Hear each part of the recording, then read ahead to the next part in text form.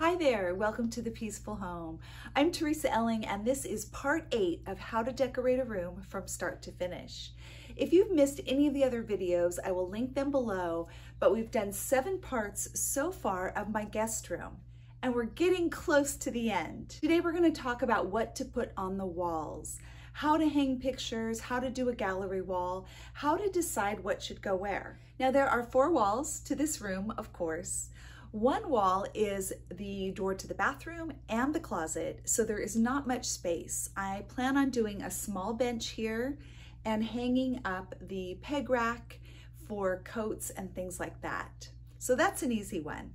The next wall is this one right here over the dresser that I painted. And I'm going to put this large painting up above the dresser. You can see by its size that that is all that will be needed here. Opposite of this wall is above the couch. And this is where I'm a little stuck. I had planned originally on doing 3 landscape photos in matching frames. You'll see when I get to the gallery wall that it's a bit eclectic. So I wanted a couple spots where there's just a single painting and then some matching frames that's a little bit more calming and allows your eye to rest. Normally I would definitely thrift those frames, but I'm running out of time and I haven't found 3 matching ones yet. So that gives me a couple of choices. I have these beautiful Currier and Ives prints of the 4 seasons, and I don't think I can fit 4 here, but I could put up 2 or 3, and the frames do match. The other idea is to take the landscape photos that I printed out and purchase 3 new frames and put them in there. I like the idea of having a nice mat, again, some white space, but when I went to Target, these frames are costing about $20 a piece. So that's 60 bucks right there for this one wall. Not really how I want to spend my money. So I have a feeling that's not going to be done today. I'm going to have to work it out over the next couple of days, and you'll see in the reveal what I finally decide to do. But let's get to the gallery wall. That's what I want to tackle today. I'm going for an English country cottage theme in here. I found these images on Pinterest. And this really captures the look that I'm wanting to go for. Kind of a cottage living room or a study where paintings have been collected over time and just continually added to the gallery. I've been thrifting and collecting for months now, and I have a really great variety. So I'm going to show you a few of the steps that I take to building a great gallery wall. So I've taken all the artwork that I've collected over the last year in preparation for redoing my guest room. And there's a few things I'd like to change. I'm interested in using this still life, but I would need to change the frame out, the one that's red. I love this print, very English countryside, but I would want to change the mat and the frame. Same with the owl. It doesn't have a real mat, and I'd like to change out that frame. The quail one, different mat as well. And same with this one, different mat, different frame. It's amazing just the change of a mat and a frame, what that can bring to a painting. So I'm going to tweak a few of these things before I decide what permanently will go on the walls here. The second thing you want to do is make sure you have a variety. So for example, I took all of my wood frames and I put them all together just to see how many I had. And then how many black frames, or some of them are black and wood together. I put them in the black category. About gold, I only have a few, I think 4, but I put those together just to see what I've got. And then also neutral, white, off-white, blonde wood, really light. And I only have a few of those as well. If you had, for example, 10 dark wood frames and 1 white, that is going to look very odd. In order for it to fit, you've got to have a few of each item. The other thing is to look at your sizes. You want small, medium, large, even extra large, as much variety as you can get. Also consider shape. Are they all landscape or portrait? Are they square? Are they round or oval? I have a couple of ovals, the frame and this portrait of my great-grandmother, and it's nice that I have at least 2 of those ovals. I also have an oval coming in with the plate as well. You'll want to consider mats. Are some of your items matted and some not? Again, you want a variety. Unless you're doing a gallery wall like this, where all of your frames are the same size and shape. And then overall, when you stand back and look at everything you have at your disposal, is there anything that really sticks out in an odd way? Anything that stands out like that, I would probably ditch. Now I'm going to clear everything away, and I'm going to start with my largest pieces. I'm going to put them out somewhat randomly and begin to fill in with the next largest and work my way down to the smallest pieces. When you do have matching frames or a set, you can either put them right next to each other or you can separate them. This process takes a little bit of time because I just keep moving things over and over until I find an arrangement I'm happy with.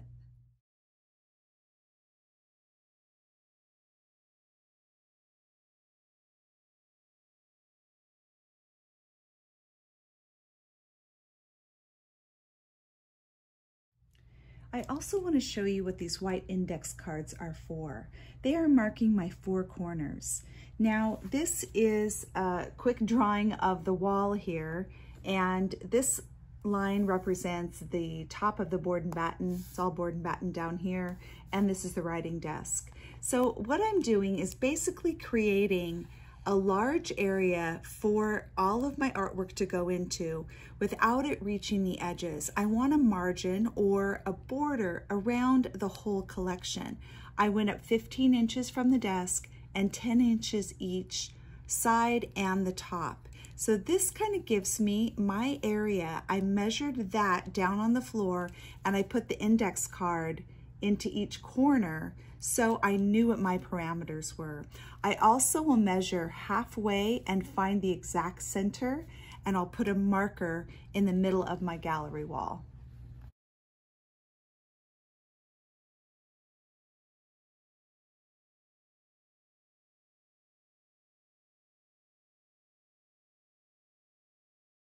I realized I really need to account for the board and batten ledge.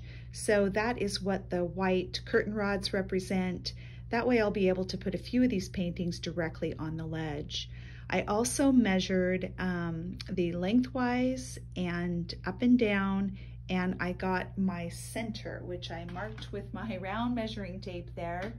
And then I also measured and marked with a sticky note the center on the wall.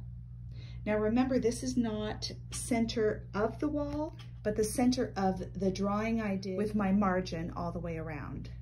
I take a photo for reference, and I will grab one of the paintings on either side of my center, probably the owl. He's perfect because the top right corner touches the center. He'll be sitting on the ledge.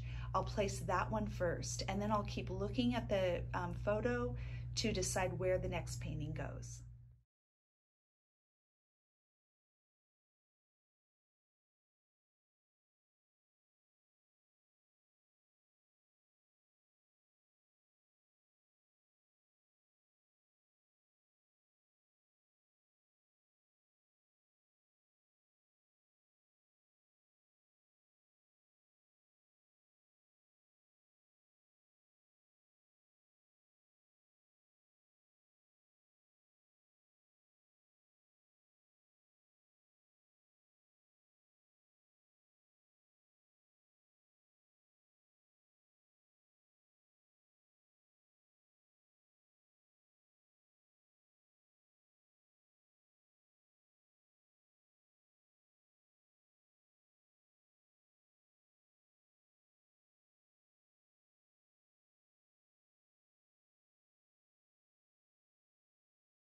These plate hangers are amazing. I'm going to flip this over. You can see I paid $6 at Goodwill for this.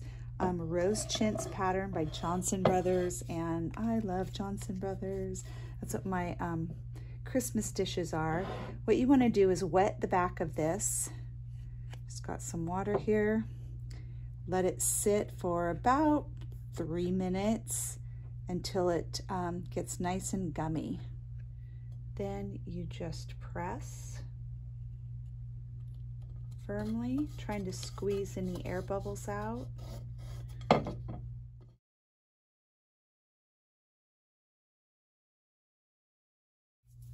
And we'll let this dry overnight. It's day 2. My plate adhesive is dry. I'm gonna put that up in a few minutes. But first I'm hanging this. And with board and batten, you do have a choice of hanging things directly on the wood or above or halfway on. And I know that seems a little bit odd, but I've done quite a bit of research and I've seen it done and I think it looks great. What you really don't want is to hang a painting too high over a couch, a dresser, or a bed where it appears to be floating separately. It's really important that you kind of anchor it to whatever furniture piece is below. Because this painting is rather heavy, I've marked my spot and I'm going to use an anchor. I drilled a small hole and I nailed in a plastic anchor similar to this. And now I'm going to screw in the screw and it will be ready to go.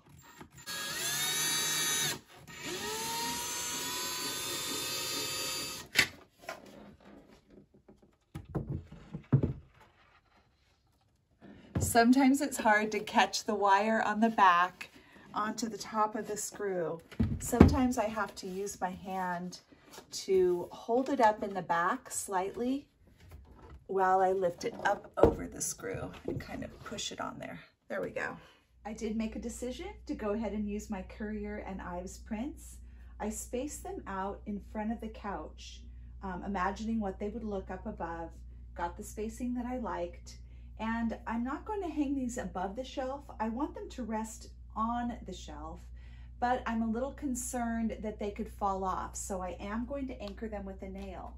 So I measured from the hanger here to the base 13 inches. So I'm going to go exactly 13 inches up for my nail placement.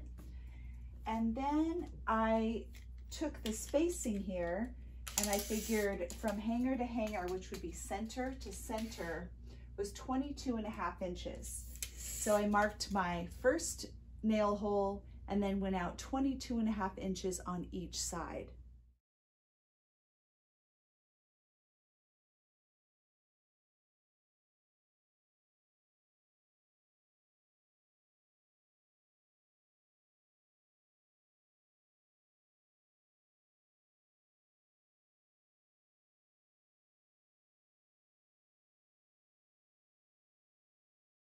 I'm ready to put this pegboard on the wall.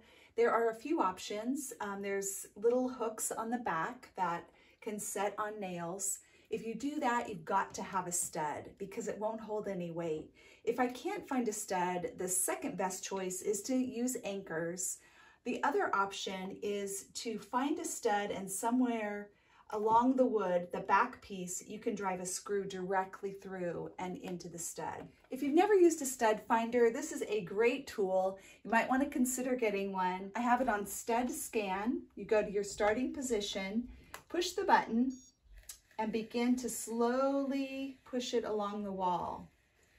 When you get to a stud, it will alert you as to the beginning and the end of the stud.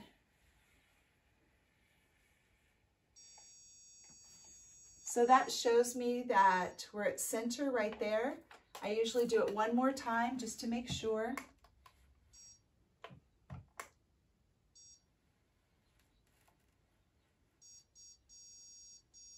It's showing me the same spot.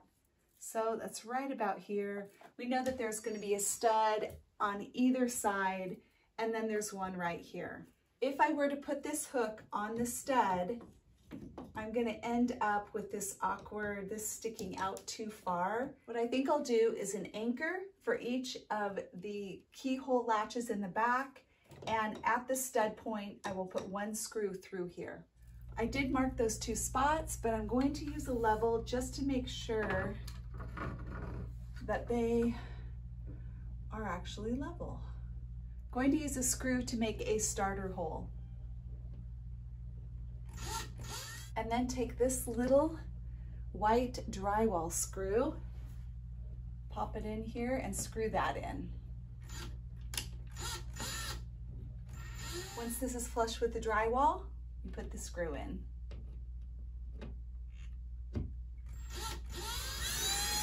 If I put a screw directly through this, it will probably split the wood. So I marked where I discovered the stud with the stud finder, and I'm going to going to drill a hole first.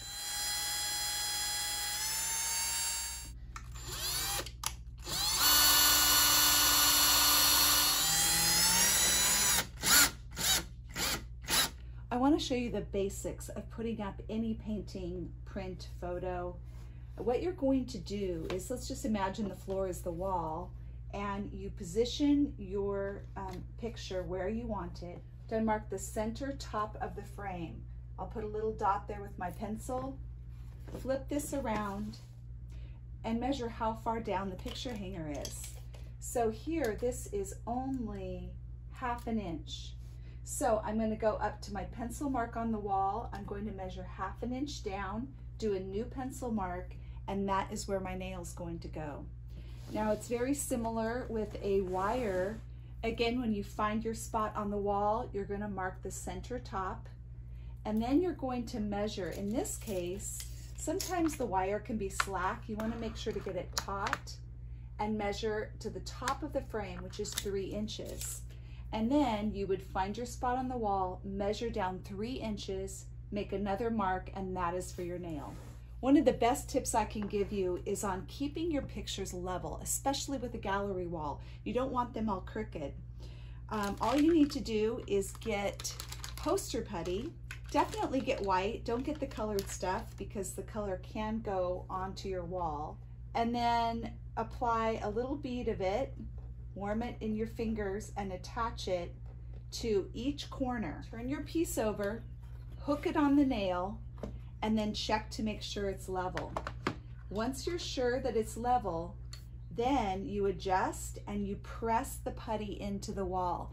That will keep your picture from sliding around and becoming uneven. I finally finished hanging everything up. I'll show you in just a minute. I just wanted to let you know the videos that are coming up. Next one is soft surfaces like the bed, the couch, dealing with pillows and throws. The next video after that will be surfaces like the dresser and the writing desk. How do you display collectibles and needed things throughout the room? How do you bring in color and disperse it in a way that your eye follows it around the room, almost like a painting, that really makes your space feel complete, artistic, and welcoming? After that will be the grand reveal of the entire guest room. So let's take a look at what I got up on the walls today.